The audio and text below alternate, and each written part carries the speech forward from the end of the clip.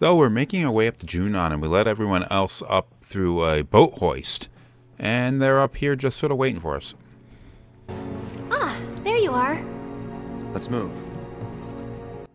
In the original game, I'm not entirely sure how everyone else got up there. It's implied that Priscilla had somehow used a dolphin to get them up there, but they clearly didn't get up the same way Cloud did. And it's said that, like, oh, Cloud, don't be mad at Priscilla, like, because apparently she thought of a different way of them getting up to Junon that Cloud had to take kind of the dangerous way. But I don't know what it was. In this case, they just sort of give it a much clearer explanation.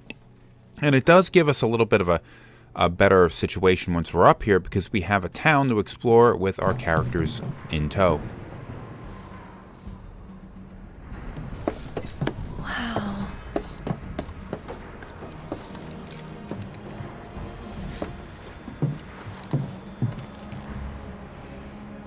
Less security than I thought. More worried about the parade? Guess things have changed. They got higher priorities. Personally, I think that's a good thing. The city's size, on the other hand. The robed men won't be easy to find. They're definitely not here. Let's head into town. They really scaled up the size of the Sister Rage. Like almost everything else in the game, it's much bigger than in the original.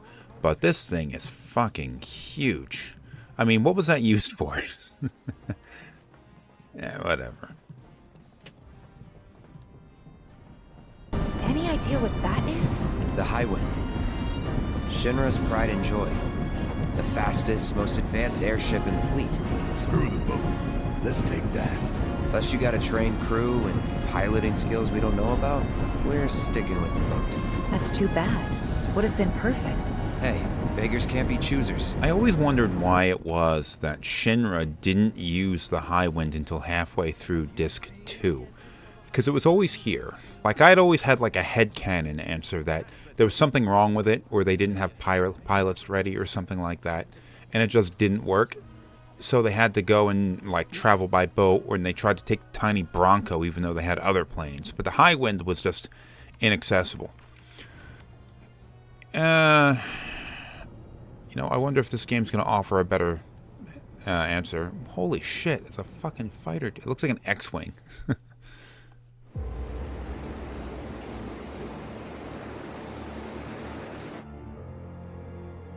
No, we'll leave them be. For now.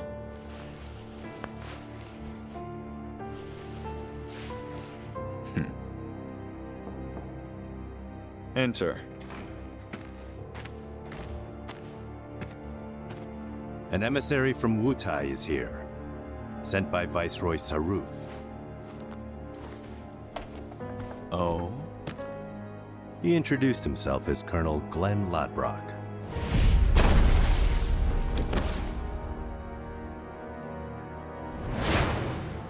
All right.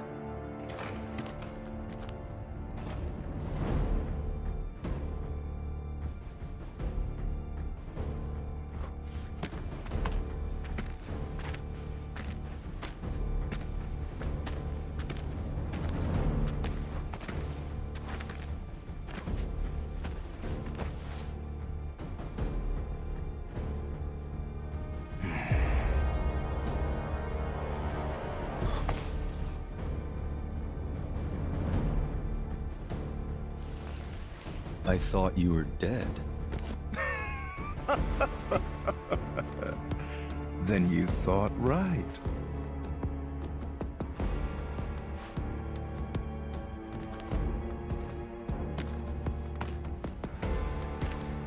Let's cut to the chase, Mr. President. The Viceroy and your late father had big plans. I assume you intend to carry them out? Correct. That's good to hear. Some people just don't have the stomach for war. And this battle for the Magnus Materia demands commitment from both Wutai and Shinra. Thank you. I'm aware. But my father is dead, which changes the equation. A new vision is required. You always did prefer to march to the beat of your own drum. This new vision include your fairy tale promised land? You Shinras, you take and you never give back. Left to you, this world would end up an empty husk.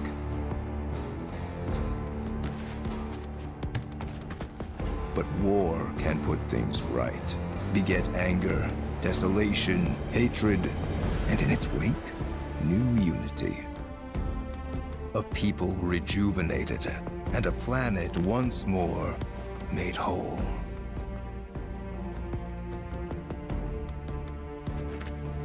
What we're doing's for the greater good. Just gotta know when to ease off the gas. Now listen. You started this, remember? No more playing the idle heir. You have obligations to fulfill.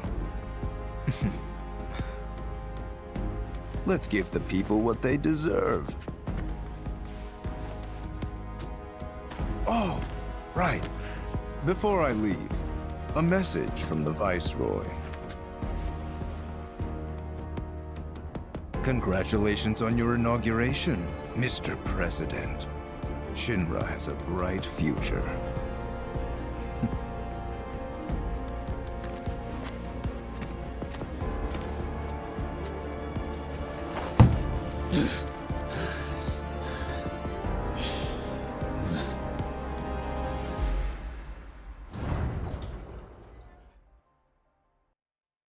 I feel like there was something in episode intermission that I missed because I only played like an hour of that.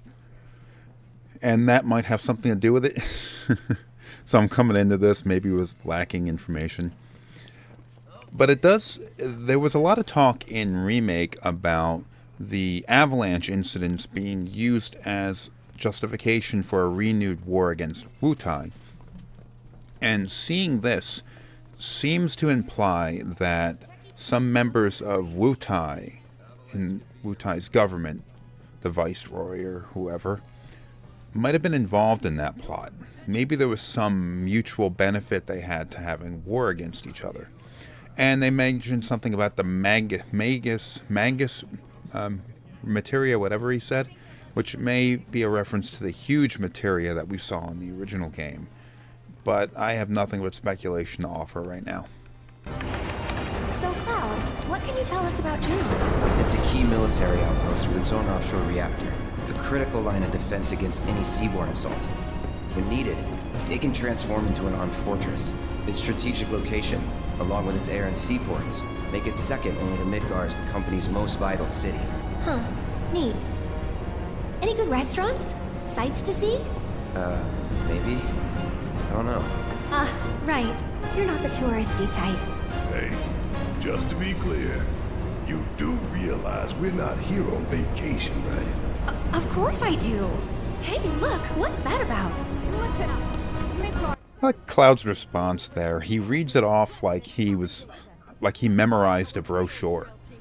And Aerith wasn't really interested in the kinds of answers that he was given. She has much more of a casual interest in the city. It's like, oh, well, what's there to do around here? Not like, what military significance does it hold? Of course, Cloud was in the military even if he wasn't in soldier. So that's the kind of thing that he would be focusing on. That was the kind of thing that he would have been educated with. But there's a huge difference between these characters in terms of their upbringing and their life's experiences and all that kind of stuff. So there seems to... hold on. Cutscene. Those troopers seemed pretty psyched for the parade, huh? More like eager to prance around for their new paymaster.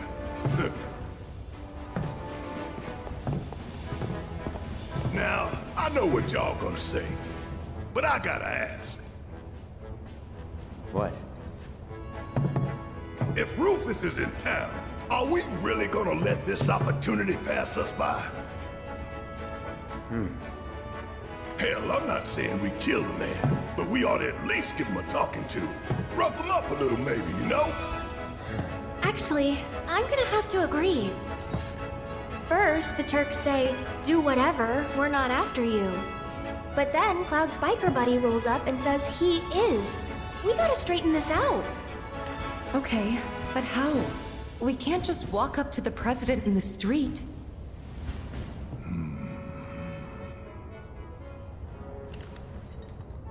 Or maybe we can. We bust up his parade. No. That's how we die in a hail of bullets like a bunch of dumbasses. The city's crawling with Shinra troopers. We join the parade. Hide in plain sight. Get in, get close, get answers. Seriously? Sure. Wow, that's good. No arguments here. Barrett, Brett, you guys find a route to the port. See what security's like. And keep an eye out for black robes while you're at it. Now hold up. Fatigues won't be enough to disguise you two.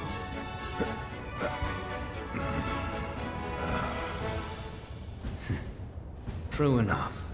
Shut up. All right, see you in a bit. I gotta go find a uniform.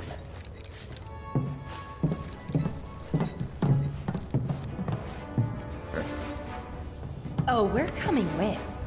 I'm so pumped for this. This way? Yeah.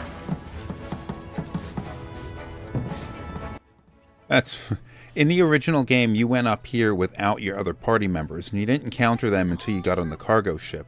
So this is a bit of a change, and I'd say a pleasant one, where it gives you the chance to have the other characters here, to have these scenes with and interactions with. Now we're talking. Huh. They're actually kind of cool. Well, ready to suit up? Yep.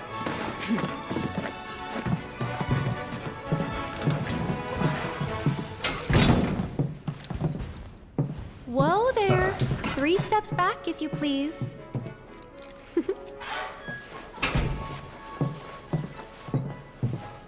I too take a little bit of an issue with how giddy Tifa is over the idea of dressing up in these uniforms. In the original, she had to dress this way as well, but she said that she had hated it because she hates Shinra and everything it represents and what they did to Nibelheim and all that kind of stuff. But now she seems to be in like quite a playful mood to want to go and dress in one of these uniforms.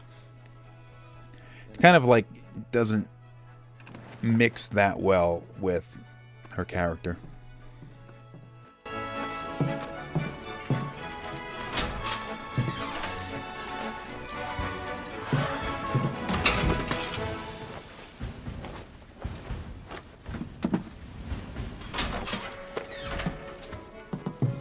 Freeze!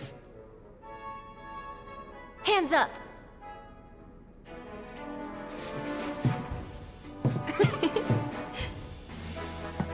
Well? Well? You got me.